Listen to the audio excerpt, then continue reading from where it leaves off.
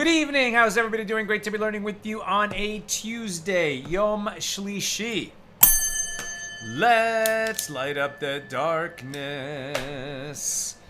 Who's in the house on a Tuesday? Bella in Florida, Bill in Missouri, Renee in Indiana, Melissa in Great Neck, Nancy in North Carolina, Ehud in South Carolina, Shandora in the Bronx, Guy in Ohio, Lorraine in Texas, Karen in Northern California, Sharon in New Jersey, Lucy in Minnesota.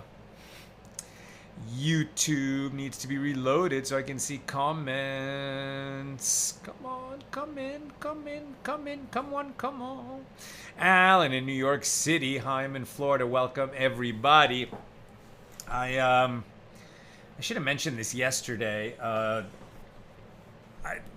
I think we're all just devastated and heartbroken about the tragedy in Texas. It's just so unimaginable. I am speechless. I don't even know what to say, except I'd like to dedicate our learning, for the memory of all those children who were taken in that flooding, and the family, and for the comfort and the strength of the families who are grieving. For those who are injured, may they have a complete healing. Incredible. We honor you, the heroes, who jumped in and rescued people, and prevented further loss of life. We honor you. I think I read that the camp director lost his life trying to save those children. I can't understand the whole thing, but we dedicate our learning today to the memory of those who were lost, and for the healing of those who survived, and the comfort for those who are grieving, and in honor of all the heroes on that day. Okay. Our daf today is page 20 here in Tractate Avoda Zara, the 27th volume of the Talmud, continuing our discussion of Mishna number 8 here in chapter 1, which, God willing, we're going to complete today. We're actually near the top of page 19b. And we read that Rabbi Abba says, that Rav Huna says, that Rav says. What is the meaning of that which is written? For she has cast down, Hipila, many wounded, and a mighty host are all her slain, from Proverbs 7:26. Recall that we're continuing a discussion about Torah study, how important Torah study is, how important it is at all times. Yesterday we talked about finding something in the Torah that is a delight to you, and you'll be more likely to learn and absorb in that area. Okay, so continuing that discussion, what does this verse from Proverbs mean? This is referring to a student who has not yet reached the level where he can render legal decisions, but nevertheless, he already issues decisions, right? This is a rabbi, a young rabbi who's not really reached, the proficiency that he would need in order to be a paskening rabbi, one who tells people what is permitted and what is not, and other kinds of legal decisions. He really hasn't reached a level of learning and wisdom where he should be issuing such decisions, and yet he does. So he is like a fetus that emerged from the womb before its time, as the word hippola also means to miscarry. Quote, and a mighty host are all her slain. This is the opposite. This is referring to a student. By student here, we're saying a Torah scholar, right? Remember that our sages are called students of wisdom, right? So just the fact that it's a student, don't be fooled. So here, this is referring to a student who has reached the level where he can render legal decisions, referred to here as a mighty host, but he does not issue decisions. And by refraining from teaching what he knows, he prevents the masses from learning Torah properly. And until when is a scholar considered too immature to render legal decisions? He is considered immature until the age of 40. And the Gemara asks, but didn't Rava issue legal decisions before that age? And the Gemara answers, there it is permitted, as in Rava's case, they are equal. What does they are equal mean? i.e., if one has achieved a level of knowledge that is equivalent to that of the foremost scholar in his city, then he is permitted to render decisions even before reaching the age of 40. The Gemara cites another discussion with regard to the aforementioned verse, and whose leaf does not wither, from Psalm 1:3. So recall yesterday we were looking quite carefully at Psalm 1, that the first psalm in the book of Psalms, and verse 1 and verse 2 and verse 3, and this idea that one who avoids the wicked, the evil, avoids walking among the wicked, standing among the sinners, and sitting with the scoffers, which is a progression. We start by having wicked longings, then we become a sinner, and then we become so addicted to the sinning that we scoff at the laws which tell us it's a sin, right? That's a person who's just so far gone, it's going to be hard for him to ever come back. The opposite of that is one who clings to the Torah of Hashem. He will be like a tree planted beside the waters, right? So going back to Psalm 1 verse 3, about this one, right, who is pursuing righteousness by learning Torah and mitzvahs, right, fulfilling the commandments. About him it says, and whose leaf does not wither. So Rav Acha bar Ada says that Rav says, and some say that it was Rav Acha bar Ada who says that Rav Hamnuna says that Rav says, one should know that even the ordinary conversation of Torah scholars requires analysis, as it is stated, and whose leaf does not wither. And this teaches that even the ordinary conversation of a Torah scholar, which is comparable to the leaves of a tree, has great significance like the actual fruit of the tree, right? So we've talked before, it's a very, important teaching in my life, which I haven't really, it might be somewhat original from me. I'm sure there's different versions of it that great sages have said, but this idea that the first commandment is peru urevu, right, to be fruitful and multiply, normally interpreted just to mean have kids. But if it only meant have kids, it would have sufficed to say multiply. Peru, bear fruit, means bear fruit, right? Contribute to this world that fruit for which you were sent into this world, to contribute, to give, to make that contribution to the world that only you can make, to fix that problem only you can solve, to care for that person that won't be cared for unless you care for them.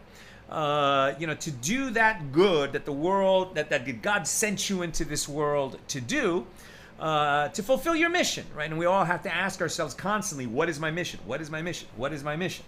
If we don't ask, we won't find out. We were sent here on a mission and then struck with amnesia. But if we keep asking the question, what is my mission? That answer will come. So a Torah scholar, of course, what is the fruit that he's bearing in this world? The Torah teachings that he brings down and shares with us. But what are the leaves of that tree? Right? The fruit, it seems to be the most important part, right? His Torah teachings. But the leaves are the conversations. The conversations.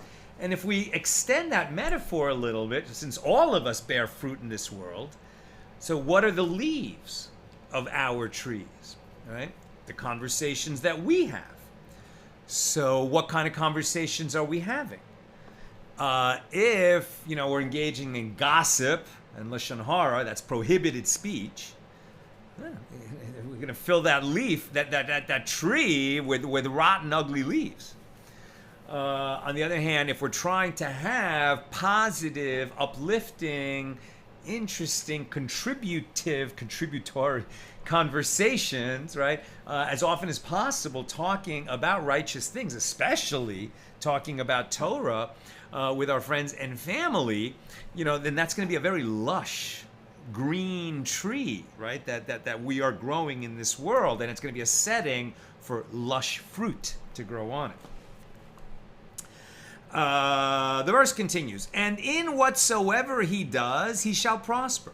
So Rabbi Yehoshua ben Levi says, this matter is written in the Torah and repeated in the prophets and stated a third time in the writings.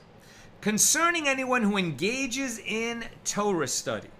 Now, we were talking about a Torah scholar. Now the statement has grown more general.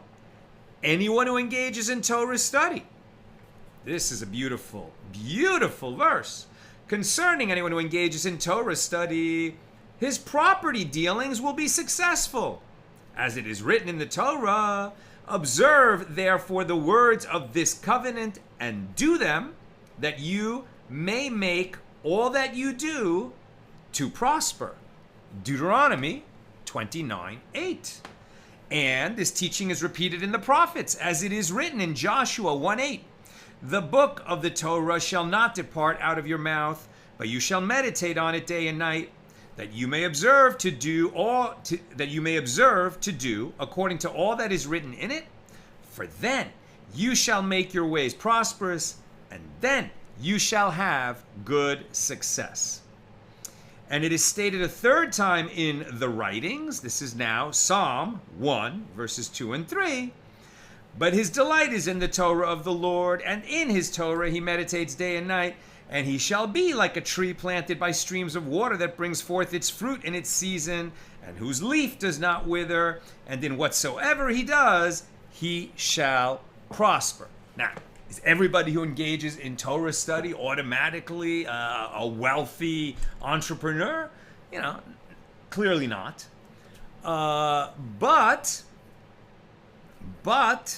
taking the long view, people who engage in Torah study and engage in it seriously are necessarily going to become more honest, more upright, more content, right? Because as we cling to God through Torah, we're going to just start to trust God and to have faith in God and to be a little bit calmer, right? In the vicissitudes of life. Right now, with everything that's going on with our movie coming out a week from Friday, we are having highs and lows. Many vicissitudes on a daily basis, up and down, up and down, up and down. Great news, tough news, great news, challenging news, amazing news, challenging news, But you learn to keep an even keel because everything that's coming is going to end up according to God's will. So, the only thing I really stress about is what's under my control. Am I doing my part? Am I doing my hishtadlus, right? Am I doing the work that is assigned to me?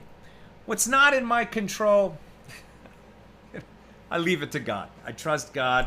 Sometimes I worry about it anyway, but then I remind myself, let God, right? Trust God, let God, love God, and let go. Okay. And so with that attitude, first of all, you're going to be more content with what you have, and that's the definition of a rich person.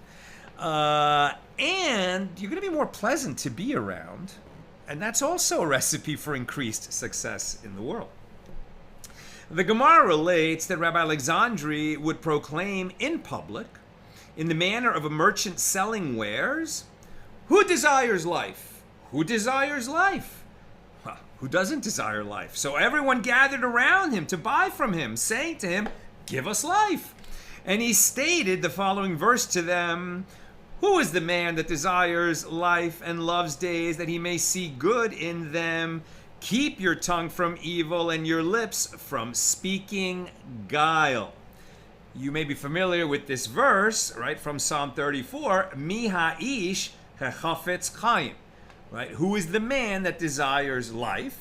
And we have the great sage, the Chafetz Chaim, the one who desires life. That's what it means. His name is named after his many books, right? But his magnum opus and his life's work, teaching us who is the one who desires life, right?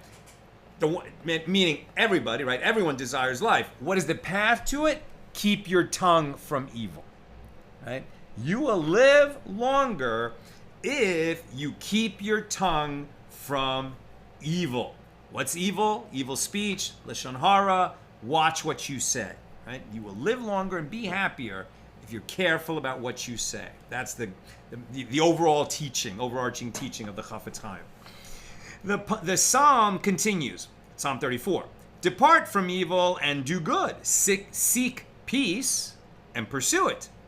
So the Gemara explains, lest one say, I have kept my tongue from evil and my lips from speaking guile. I will therefore go and indulge in sleep. To counter this possibility, right, it's not enough to just not utter falsehoods and evil and gossip and all the kinds of prohibited speech. That's good, very important. You will live longer if you do that. But it's not enough. You can't just sleep all day and keep your mouth shut. you also have to do positive commandments, right? And learning Torah. How do we know that? To counter this possibility, the verse states, depart from evil. A lot of that is keeping your mouth shut. And do good, right? Positive actions. It is not enough to avoid evil. One must actively do good. And the word good means nothing other than Torah. As it is stated, for I have given you a good portion, my Torah, do not abandon it, from Proverbs 4, verse 2. Now, the Mishna teaches one may build, back to our Mishnah number 8, number here in chapter 1, one may build with the idolaters small platforms and bathhouses, but once he reaches the arched chamber in the bath where the idolaters put up their objects of idolatry, then it is prohibited for a Jew to continue, participating in building that structure. So Rabbi Lazar says that Rabbi Yochanan says if he did continue to build the arched chamber, his wages are permitted. He shouldn't have done it, but now that he worked, I guess, alongside or for the Gentiles doing this, construction work, he can get paid for it. He shouldn't have done it, but having done the work, he can get paid. His wages are permitted. The Gemara asks, isn't that obvious? After all, such arched chambers are only accessories of idolatry, right? The Jew didn't engage in idolatry. He didn't build an idol. He just built a part of the structure where later the idolaters placed their idol. And with regard to accessories of idolatry, both according to Rabbi Yishmael and according to Rabbi Akiva, who disagree with regard to deriving benefit from an actual object of idol worship, as we'll see on page 51b.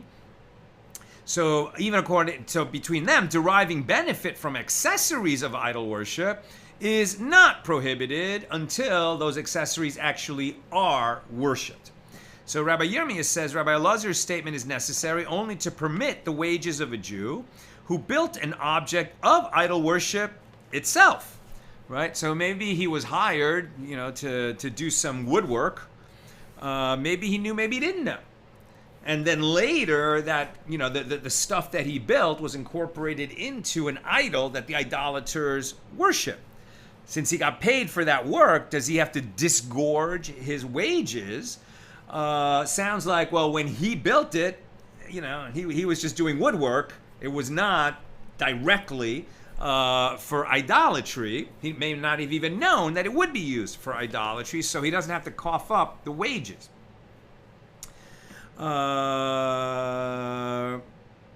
Until they are worshipped, right?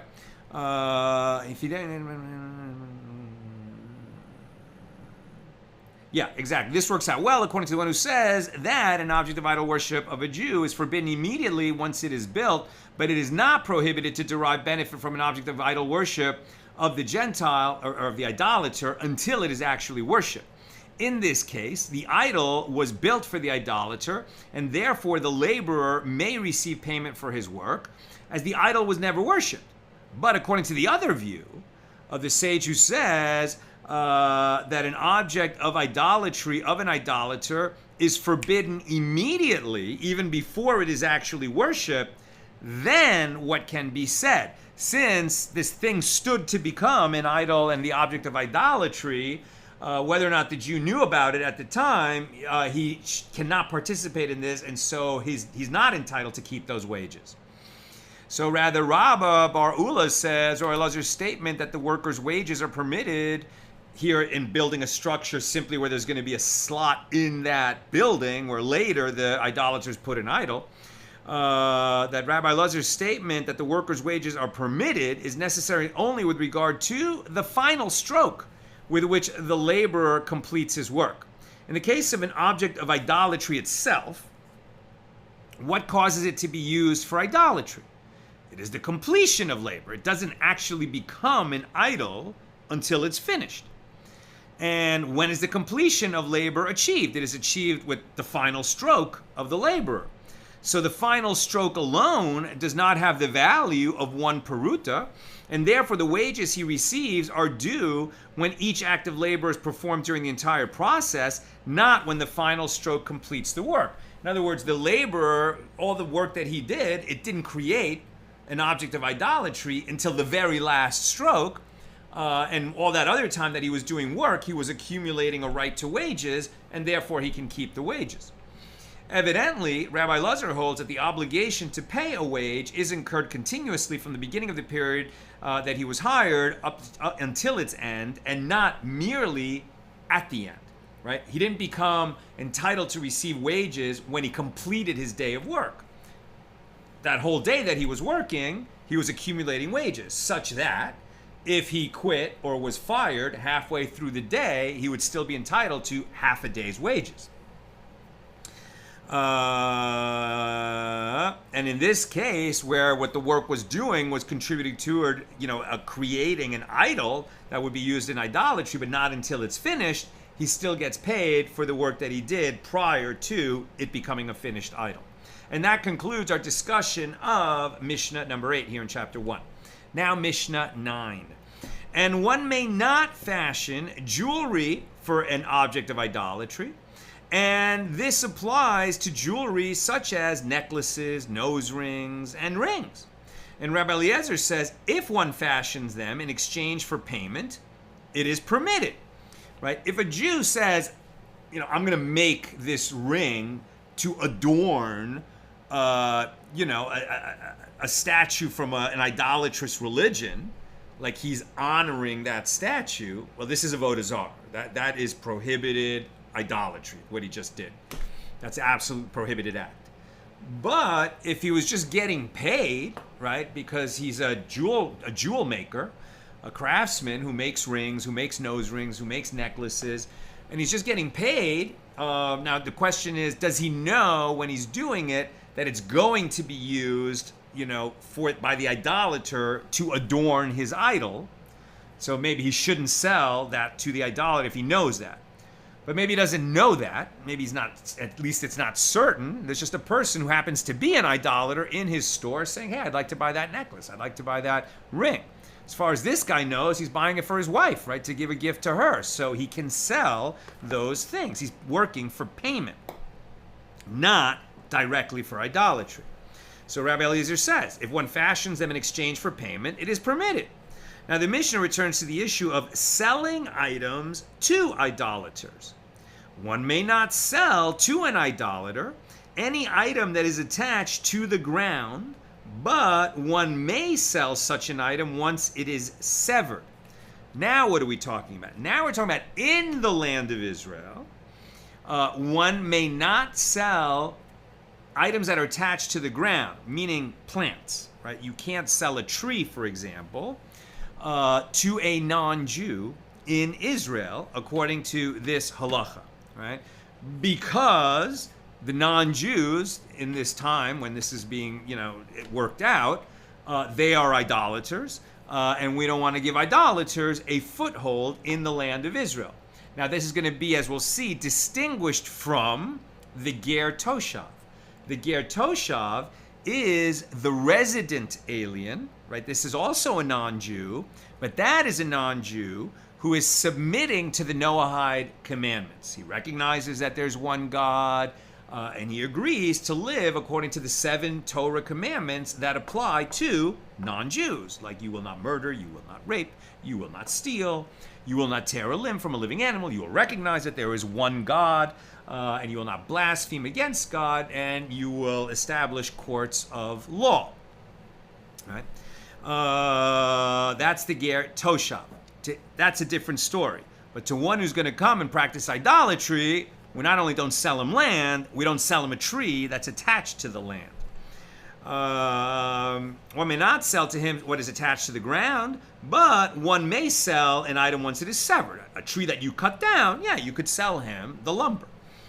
Rabbi Yehuda says it is not necessary to sever the item from the ground. Rather, one may sell it on the condition that it be severed. It's enough that you're making a deal with this idolater that you'll sell him that tree on the condition that he cuts it down and hauls away the lumber. That's Mishnah number 9. Now the Gemara. The Gemara asks, from where is this matter that it is prohibited to sell to an idolater anything that is attached to the ground derived?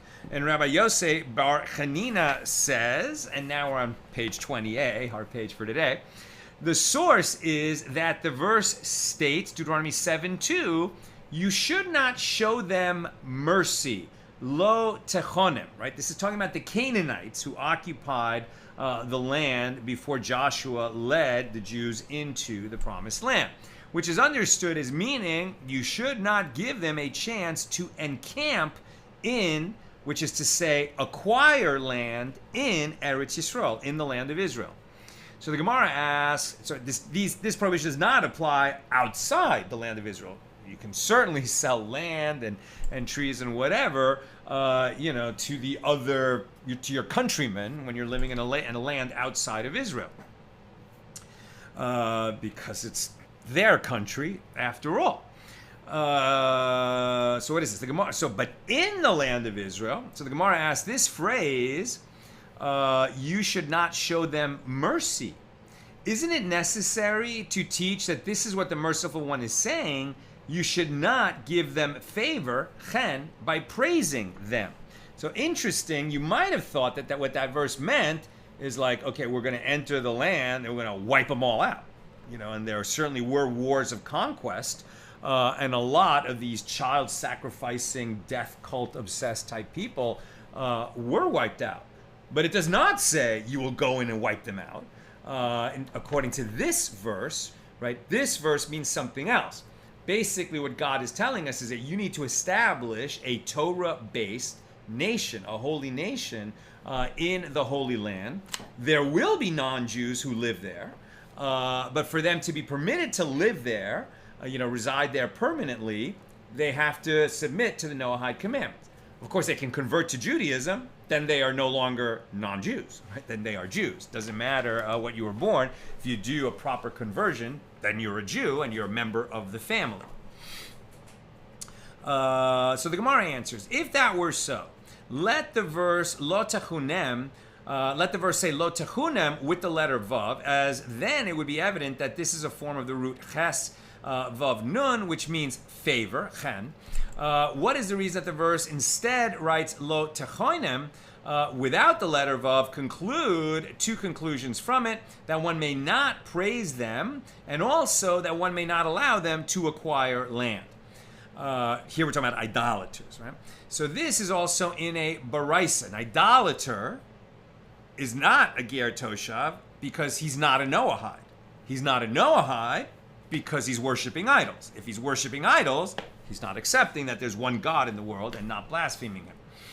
The Gemara asks, but still, isn't the phrase "you should not show them mercy" necessary to teach the law that this is what the merciful one states? You should not give them an undeserved gift, chinam. Undeserved meaning, as opposed to you could sell it to him, you can't just gift it to him. So the Gemara answers, if that were so, let the verse say lo techinem. What is the reason that it is spelled without the letter yud as lo techinem? Learn from it all of these three laws. And this is also taught in a baraisa. This verse, you should not show them mercy. This teaches that you should not give them a chance to encamp in the land of Israel. And another matter, you should not show them mercy. This indicates that you should not give them favor. And another matter, you should not show them mercy. This teaches that you should not give them an undeserved gift. Now the Gemara will explain. And this issue of an undeserved gift to the idolater is itself a dispute, or at least to the Gentile, is a dispute between Tanaim. As it is taught in a baraisa, you shall not eat of any nevela. Right? Nevela is a kosher animal that was not slaughtered in a kosher manner. So a Jew cannot eat it. Right? That's called a nevela. So you shall not eat of any nevela. But what can you do with it? It's good food. Right? It's just Jews are not allowed to eat it. So what can you do with it? You may give it to the ger toshav. Right? So that is the non-Jew who submits to the commandments, to the Noahide laws, who is within your gates, that he may eat it. Or you may sell it to a foreigner, right? So idolaters can pass through. It's no problem. It's not like we're saying no idolaters are allowed to, even come through the land of Israel. Of course they can. They can come and they can visit. So about a nevela, you can either gift it to a ger toshav or sell it to an idolater, since you can't eat it. Therefore, you cannot gift it to an idolater. You can only sell it to him You can gift it to the ger toshav. Can you sell it to the ger toshav? Interesting question. So the Gemara notes, and this issue of an undeserved gift to to the Gentile is itself a dispute between the Tanaim, as it is taught in the Baraisa, you shall not eat of the nevela. You may give it to the resident, to the ger toshav, who's within your gates, that he may eat it. You may sell it to the word for that is the nachri, right? The foreigner is how we're translating it here. For you are a sacred people to the Lord your God, because that's why you can't eat it yourself. Now, from this, I've derived only that it is permitted to a ger toshav through giving, and to the nachri, right, the Gentile, right, but we're really talking about idolaters here, through selling. From where do I derive that it is permitted to transfer an unslaughtered animal, that is nevela, to a resident alien through selling, right? The ger toshav, can you sell it to him? Well, the verse states, you may give it or you may sell it, meaning that one has the option to do either one of these. Now, the Baraisa continues, from where is it derived that it is permitted to the foreigner through giving and one is not required to sell it to him? The verse states, you may give it, that he may eat it, or you may sell it to the foreigner. Therefore, you may say that he may transfer it to both the ger toshav and the foreigner, both through giving and through selling. This is the statement of Rabbi Meir. Rabbi Yehuda says, no. These matters are to be understood as they are written. One may transfer the nevela to the ger toshav only through giving, and to the foreigner only through selling, as it is prohibited to give an undeserved gift to the idolater in the land of Israel. Now, there is, where the law actually ends up here, is you can still give it even to the idolater if it's for the purpose of promoting peaceful relations between the idolaters and the Jewish people. To preserve the peace, diplomatically you can make a gift. The Gemara comments, Rabbi Meir is saying, well, as the verse indicates that either method is acceptable. And the Gemara explains, and Rabbi Yehuda could have said to you, if it enters your mind to understand the verse in accordance with that which Rabbi Meir says, then let the merciful one write, you may give it to the ger toshav who is within your gates, that he may eat it, and also you may sell it to a foreigner. Why do I need the word or between these two options? Learn from it that it comes to teach that the matters are to be understood as they are written. And the Gemara asks, and how does Rabbi Meir explain the wording of the verse? Because he says you can, gift or sell to the ger toshav, and you can gift or sell to the foreigner. So the Gemara answers that word or teaches that one should give precedence to giving to the ger toshav over selling to the foreigner. And Rabbi Yehuda holds that since you are commanded to sustain a ger toshav, as it is stated, and he shall live with you, Leviticus 25:35. And you are not commanded to sustain the foreigner, there is no need for a verse to teach that one should give precedence to the ger toshav. So interesting, we already have an obligation to the ger toshav. In our charitable giving, it's natural that you're going to give to charity first, to members of your family, to members of your community that are in need. And as Jews, our community extends to all kinds of Jewish charities, even in other cities, especially in Israel. I mean, the whole Jewish world has been contributing to many Jewish charities in Israel, especially since October 7th, but for all time. But that obligation includes the ger toshav, at least who's dwelling in the land of Israel. Right? So the one who accepts the Noahide commandments on himself and lives in Israel, right? We have charitable obligations to him. We have no such obligations to idolaters. It is taught in the Baraisa cited earlier, another matter. You should not show them favor, and this teaches that you should not give them favor by praising them, the idolaters, right? So the Gemara notes that this supports the opinion of Rav. As Rav says, it is prohibited for a person to say, how beautiful is this, what's the word here? This Goya, right? So now we're talking about a non-Jew, and a woman. How beautiful is this Gentile woman, right? Now, you're not really supposed to say how beautiful is this woman, period, okay? Because you're not supposed to be looking at women, from the point of view of a man. as we're about to discuss. But so you're not supposed to be, looking so that you would observe the beauty so that you could make such a flattering remark. But because of this verse that we're learning here, there's an additional prohibition on, speaking in praise of idolaters. Really, that's what we're talking about, idolaters here, as opposed to the ger toshav. Now, the Gemara raises an objection from a baraisa. There was an incident involving, but it just says a Gentile woman. So let's just read it as it's written here. Now, the Gemara raises an objection from a baraisa. There was an incident involving Rabban Shimon ben Gamliel, who was on a step on the Temple Mount, and he saw a certain Gentile woman who was exceptionally beautiful, and he said, "How great are your works, O Lord?" Right? He didn't praise her. He just said, "Blessed is God who created such a beautiful person." And Rabbi Akiva, too, when he saw the wife of the wicked Turnus Rufus, he spat, laughed, and cried. He spat as she was created from a putrid drop, reminding himself like that no matter, how handsome or beautiful a person is, how, in the prime of life they are, where do they come from? A putrid drop. Where are they going? Worms, right? No human, no matter how rich, how beautiful, how accomplished they are, we're all very mindful. We should not be overly impressed by any human. They come from a putrid drop of semen, right? They end up buried in the ground and eaten by worms. So, it's not a bad idea to keep the context whenever we're overly impressed with people.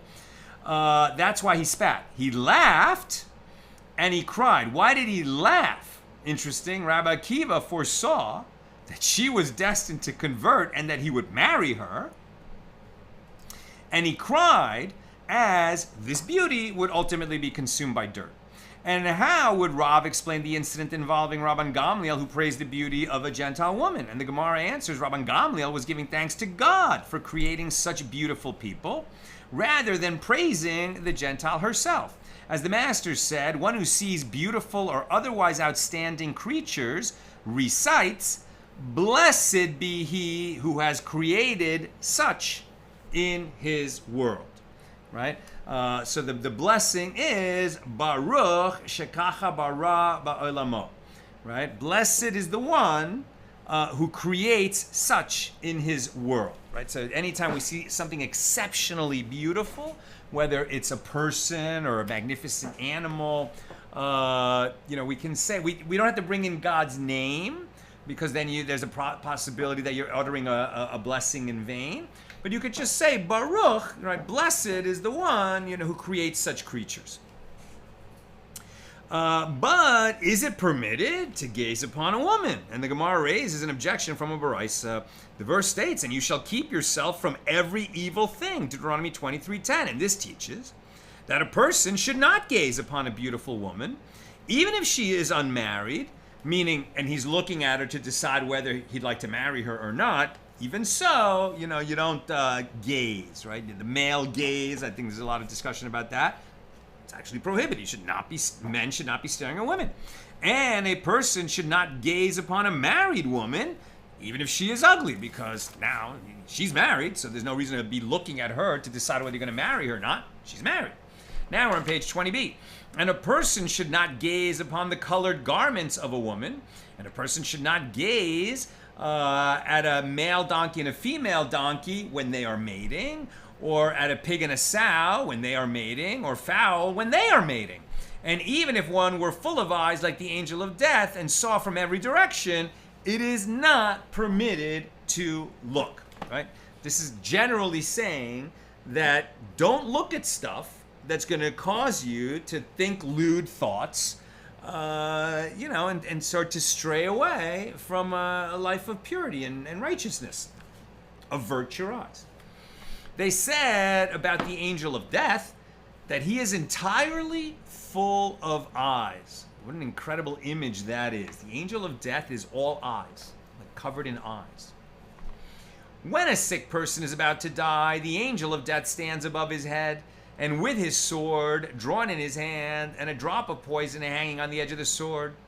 And once the sick person sees him, he trembles and thereby opens his mouth. And the angel of death throws the drop of poison into this person's mouth, And from this drop of poison, the sick person dies, and from it he putrefies, and from it his face becomes green, right? So, if you've ever seen a person die, these are kind of the stages of death, and what they're saying is the angel of death is the one responsible for, those stages happening to the body.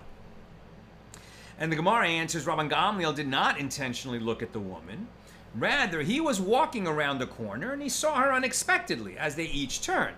And having observed that, it wasn't like he wasn't staring, right? He was not a guy with a lascivious gaze, but having seen her, he uttered praise to God for having created such a beautiful human being.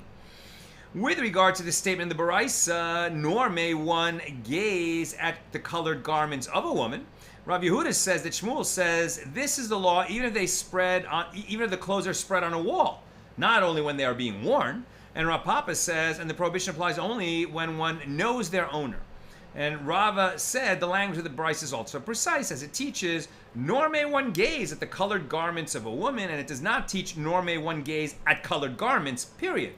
Learn from it that the prohibition applies only to the garments of one he knows. In other words, don't get onto a train of thought that will naturally lead to, fantasizing and sexual thoughts.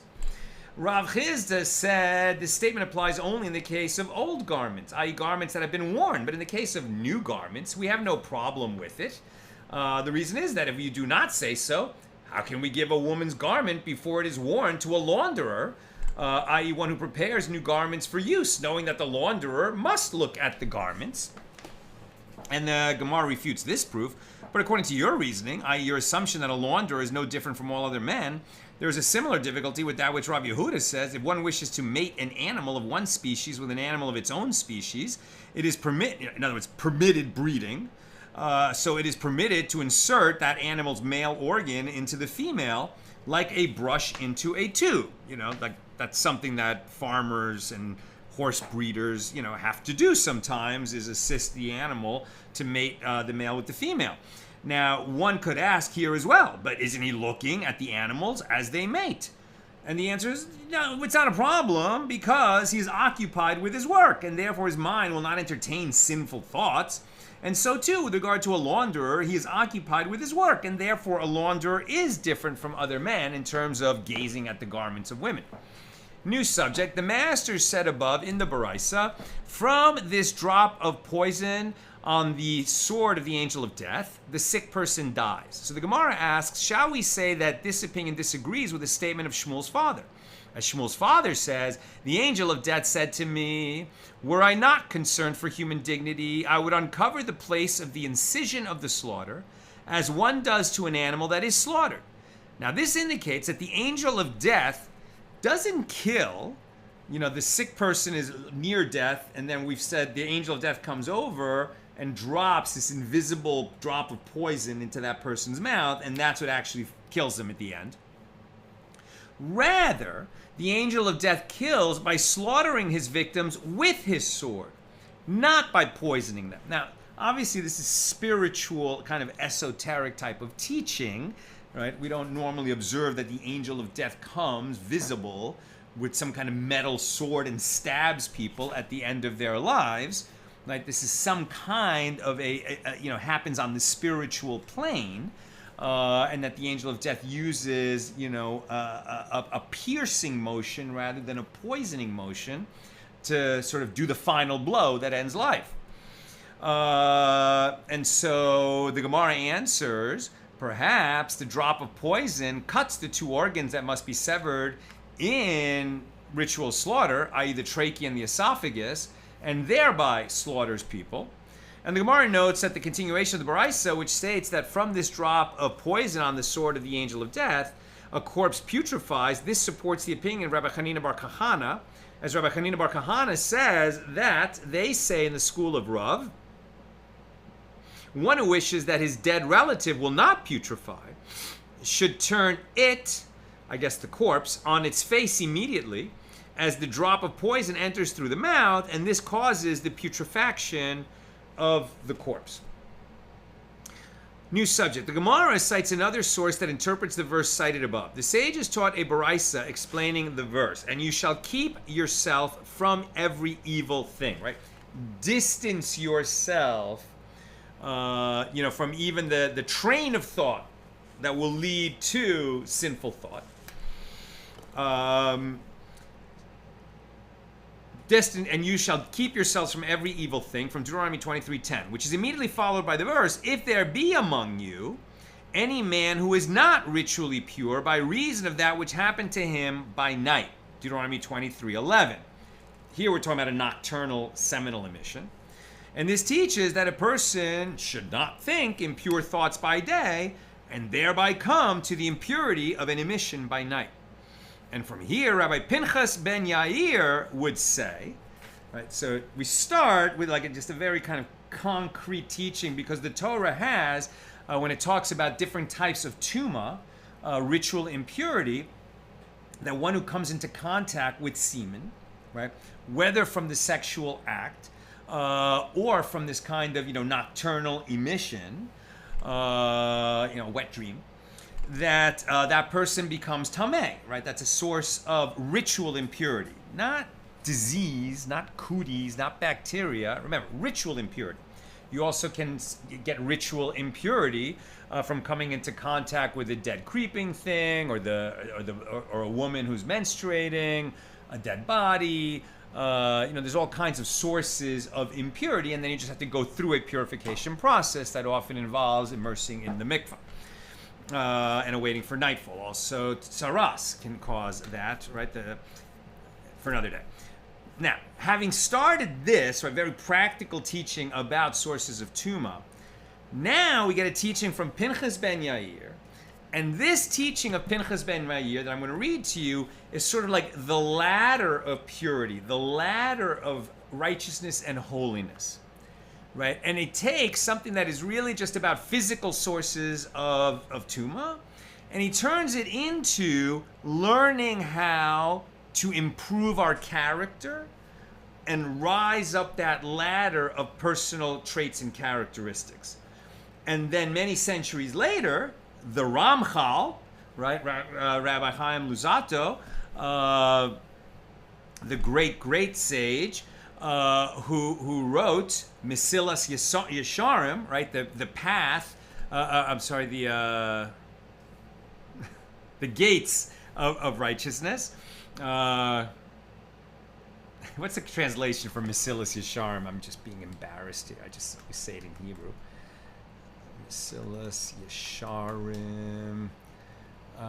The path of the upright, right? The path of the upright. By Moshe Chaim Luzzatto, and his whole book, right? And that book is the cornerstone of the Musar movement in Judaism of the last 500 years, of this idea that you have to actively pursue character refinement, and this is one of the cornerstone texts of the Musar movement. And his whole book is based on this passage that I'm going to read to you right now. So this is a very famous and very important passage. So let's read it slowly. From here, Rabbi Pinchas ben Yair would say, Torah study leads to care in the performance of mitzvahs, right? Somebody who learns Torah will be careful about, avoiding prohibited things and doing obligatory things, right? The mitzvahs, the commandments.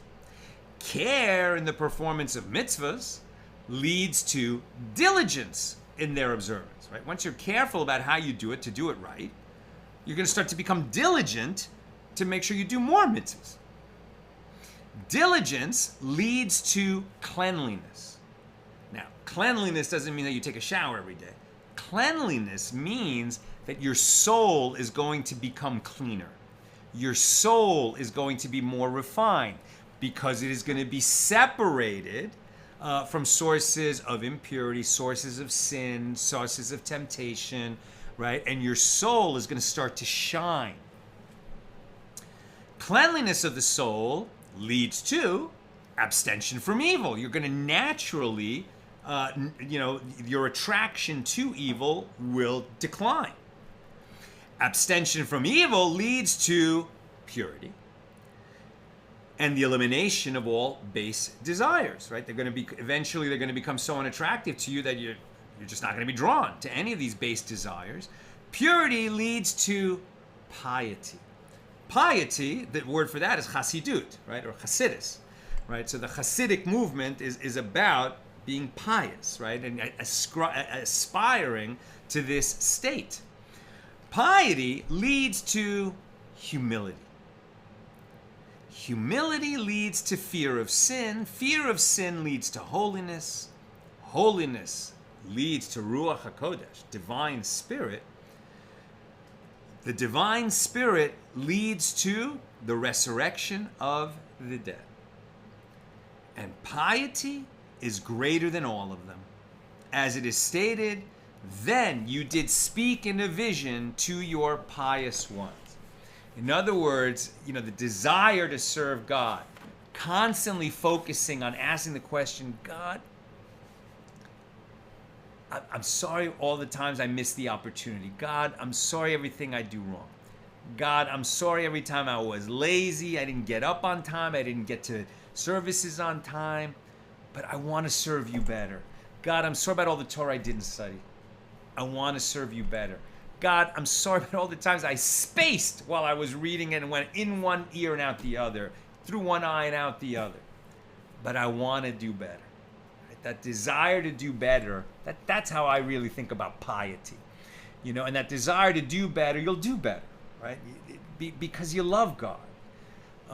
And you'll acquire more fear of God and fear of sin and purity and cleanliness and diligence and all these things that we really need to work our way up that ladder of the Ramchal based on this teaching of Pinchas ben Yair. But as he says, piety is really the engine that can drive all of it.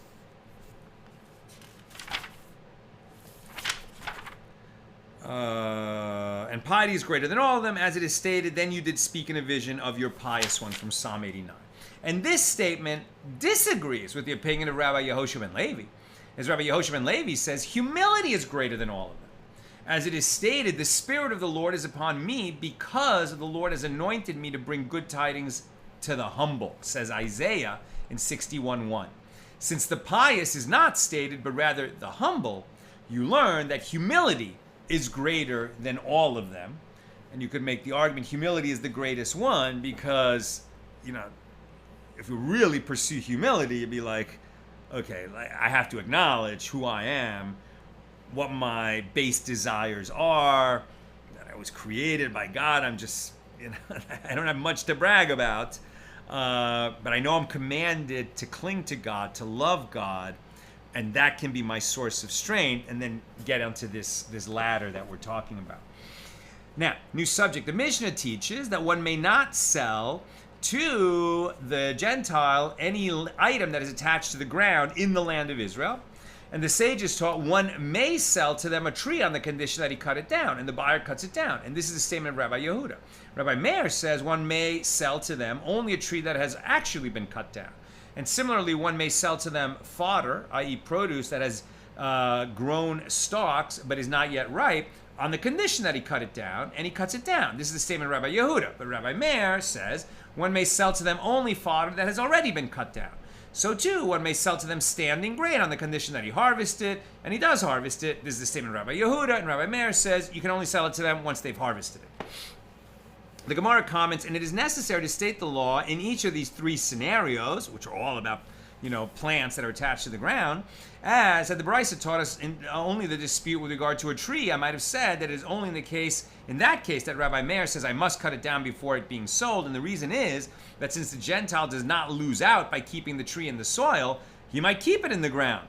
But in this case of standing grain, since if he keeps it in the ground, what's he going to do with it?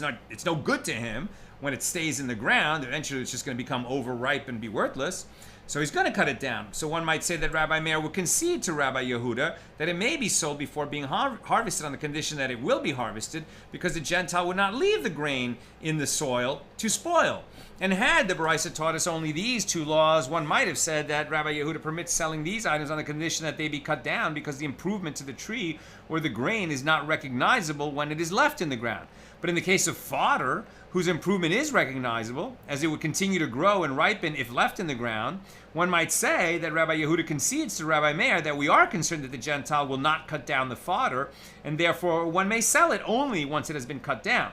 And furthermore, had the Baraisa taught us only the dispute in this case of fodder, one might have said that it is merely in this case that Rabbi Meir says it must be cut down before being sold, but with regard to those cases of a tree or standing grain, one might say that he concedes to Rabbi Yehuda that one may sell these items before they are harvested on the condition that the Gentile will harvest them, as there is no recognizable improvement to them if they are left in the ground.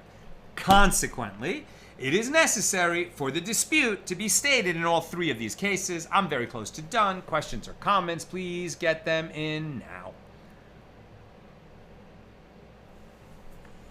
A dilemma was raised before the sages with regard to the sale of large livestock, which is forbidden due to the concern that the Gentile might come to use them to perform labor on Shabbos.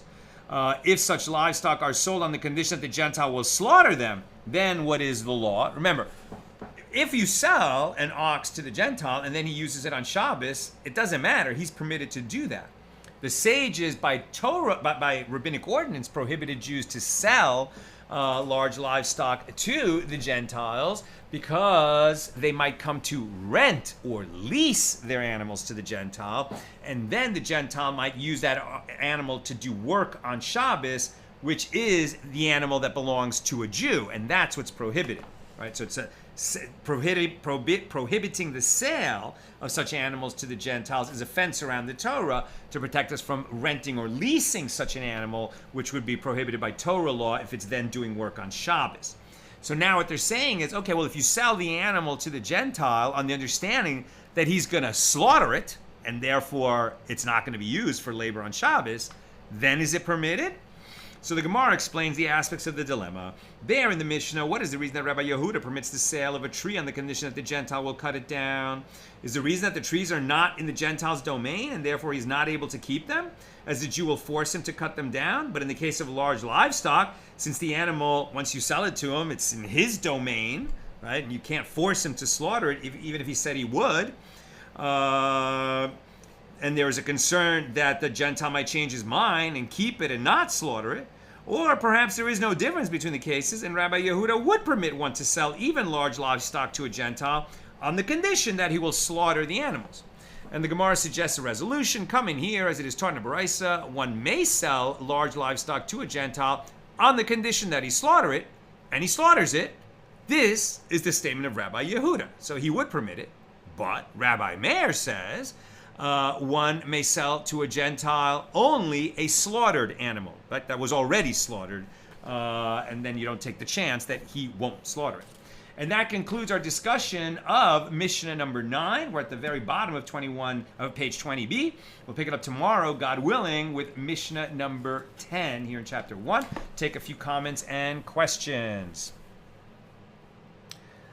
Ilanit. As today the law remains clear for non-Jews, to live in the Holy Land one must convert or avoid idolatry and accept the Torah laws for the non-Jews peacefully under the administration of the Jews. Yeah, essentially, I've talked about this before. Non-Jews can live in Israel. I saw a stat today. It's crazy. In Israel, the number of Christians has gone up tremendously since the creation of the state of Israel. The number of Christians in, the countries surrounding Israel, many of which are run by radical, Islamist governments, the number of Christians has plummeted, right? Because they're not allowed to live in those lands safely. Right? So somebody who acknowledges that there is one God and submits to live under the pretty simple requirements of the Noahide laws is permitted to live in the land of Israel. Right? But if you will not submit to the fact that you are prohibited from committing murder, right? And clearly, the government, the Hamas, everyone who subscribes to Hamas and chants, death to Israel, globalize the Intifada, etc., is calling for murder. Yeah, no, they can't live in Israel. No. That's that. Bill, on the note of it not being sufficient to simply avoid sin, right, but you must also pursue good, I'm reminded of an old bit of doggerel verse on the virtues of alcohol. When we drink, we get drunk. When we get drunk, we sleep. When we sleep, we do not sin. Let us be righteous, therefore, and drink. When I first read it, it was in Latin, but that was long ago and far away, and I only recall the translation now. It's funny. And finally, Joseph, do Noahides need to submit to the interpretation of the sages concerning the Noahide laws? Well, yeah. Yeah. In the sense that if the goal is to be a righteous Noahide and live by the Noahide laws, well, then you have to know what the Noahide laws are, right? And the Noahide laws are according to Torah, right? So that, yes, the Noahide laws are expounded by our sages according to Torah law. That's what's so interesting about the Noahide laws, is that they sound simple on the surface, but really to know, that there's a God in the world and to not blaspheme, you need to know about God, right? And so that requires Torah study, right? And so, there are a lot of people in the world who read the Bible. The Bible, even when Christians are reading the Bible, right, the first 3/4 of the Bible is the Hebrew Bible. And they're learning a lot about what the Torah says and what the prophets say and what the writings say about God. And that's part of being a righteous Noahide, is learning who God is, that you can acknowledge that there is one God in the world. That's what I've got for us today. And with God's help, we'll be together again tomorrow, Wednesday at the regular time, 6 p.m. Pacific. Have a great night.